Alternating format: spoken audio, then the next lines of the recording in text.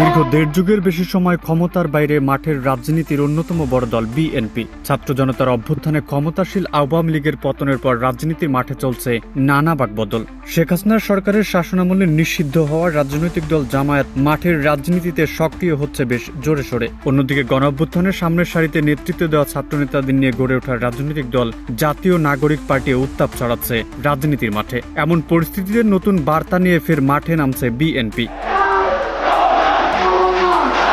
ত্রয়োদশ জাতীয় সংসদ নির্বাচনকে সামনে রেখে এরই মধ্যে প্রস্তুতি নিতে শুরু করেছে রাজনৈতিক দলগুলো। পিছিয়ে নেই বিএনপিও। দলটির এক আসনে একাধিক মনোনয়ন প্রত্যাশী রয়েছে। এ নিয়ে ভেতরে ভেতরে চলছে দ্বন্দ্ব। এই দ্বন্দ্ব যেন দলীয় কর্মসূচিতে প্রভাব না ফেলে এবং ত্রয়োদশ সংসদ নির্বাচনকে সামনে রেখে দলকে বিব্রতকর পরিস্থিতিতে না ফেলে সেজন্য উদ্যোগ নিচ্ছে দলটি। দ্বন্দ্ব গ্রুপিং নিরসনে কেন্দ্র থেকে বার্তা দেওয়া হচ্ছে তৃণমূলে। বাংলাদেশের একমাত্র স্মার্ট সিটি বসুন্ধরা এখন আরো নিরাপদ, আধুনিকতায় আরো এক ধাপ এগিয়ে।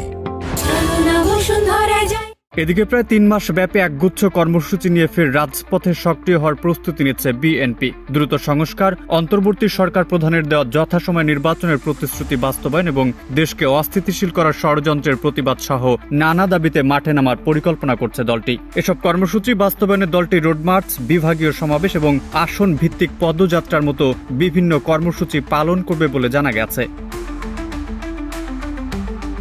২৩ জুলাই রাজধানীর নয়াপল্টনে দলের কেন্দ্রীয় কার্যালয়ে অনুষ্ঠিত এক সাংগঠনিক সভায় এই কর্মসূচির রূপরেখা নিয়ে আলোচনা হয়। বৈঠকে নেতারা উস্কানিমূলক বা আক্রমণাত্মক রাজনৈতিক বক্তব্যগুলোকে আমলে না নেওয়ার পরামর্শও দেন। সভায় কর্মসূচির রূপরেখার বিষয়ে প্রস্তাব করা হয়। প্রতিটি আসনে একাধিক নেতা মনোনয়ন প্রত্যাশী রয়েছেন, কিন্তু এ নিয়ে যেন কোনো দ্বন্দ্ব বা গ্রুপিং না হয়। মনোনয়ন প্রত্যাশীরা ঐক্যবদ্ধভাবে একই প্ল্যাটফর্ম থেকে দলের কর্মসূচি সফল করবেন। তা না হলে কারো বিরুদ্ধে কোনো ধরনের অভিযোগ পাওয়া গেলে সাংগঠনিকভাবে ব্যবস্থা নেওয়া হবে বলেও জানানো হয় দলের পক্ষ থেকে।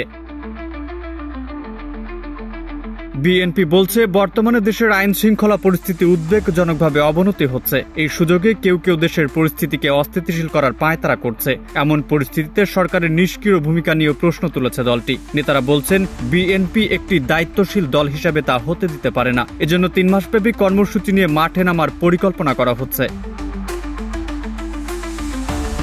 দলটির পক্ষ থেকে নেতাকর্মীরা জানায়, কোনো ধরনের সংঘাতের রাজনীতি চায় না বিএনপি, কিন্তু পরিকল্পিতভাবে যারা অস্থিতিশীল কর্মকাণ্ড করতে চায় তাদের বিষয়ে সতর্ক নেতাকর্মীরা। নেতাদের মতে এসব কর্মসূচির লক্ষ্য হবে জনগণকে নির্বাচনমুখী করা, জনগণকে সম্পৃক্ত করে কেন নির্বাচন দরকার সে বিষয়ে বোঝানো। তবে নতুন সদস্য সংগ্রহ ও নবায়নের কর্মসূচিকেও ব্যাপকভাবে মাঠ পর্যায়ে নিয়ে যাওয়ার বিষয়েও মত দেন কয়েকজন। এছাড়া ৩১ দফা সংস্কারের প্রস্তাব জনগণের মাঝে আরও ব্যাপকভাবে তুলে ধরার বিষয়েও সভায় নেতাদের বক্তব্যে উঠে আসে। সভায় নেতারা বলেন, বিএনপির মূল টার্গেট হচ্ছে যথাসময়ে জাতীয় নির্বাচন এবং সেজন্য দ্রুত তফসিল। লন্ডনে বৈঠকে অন্তর্বর্তী সরকারের প্রধানের প্রতিশ্রুতি বাস্তবায়ন চায় বিএনপি।